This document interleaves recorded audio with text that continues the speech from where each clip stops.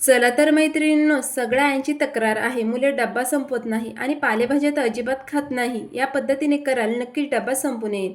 पालक उकळत्या पाण्यात मिनिटभर शिजवायची, 5 मिनिट गार पाण्यात ठेवायची, नंतर थोडंसं पाणी घालून प्युरी करायची. गव्हाच्या पिठात मीठ घातलंय, पालक प्युरी आणि गरजेनुसार पाणी घालून पीठ मळून घ्यायचं. तेल लावून 4-5 मिनिट मळून 15 मिनिट मुरण्यासाठी बाजूला ठेवायचं. 3 उकडलेले बटाटे किसून घ्यायचे किंवा मॅश करून घ्यायचे. त्यामध्ये कोथिंबीर, हळद, लाल तिखट, जिरेपूड, धनेपूड, मीठ घालून मिक्स करायचे. आलू मसाला तयार झाला. पीठसुद्धा छान असं मुरलेलं आहे. एक गोळा घ्यायचा, पारी करायची, त्यामध्ये बटाट्याचं सारण घालायचं. पुरणाचा उंडा करतो त्या पद्धतीने उंडा करून घ्यायचा. सुकं गव्हाचं पीठ लावायचं, थोडंसं बोटाने पसरट करून हलक्या हाताने आलू पालक पराठा लाटून घ्यायचा. चांगल्या गरम तव्यावर मोठ्या आचेवर दोन्ही बाजूने आलटून पलटून भाजून घ्यायचा. मुलांना बटाटा तर आवडतो, या पद्धतीने आपण पालकसुद्धा खाऊ घालू शकतो. सकाळी घाई असेल तर बटाटा रात्रीच उकडून ठेवला तरीही चालेल. तुम्ही सुद्धा आलू पालक पराठा नक्की ट्राय करा. रेसिपी आवडली असेल तर लाईक, शेअर आणि सबस्क्राईब करा.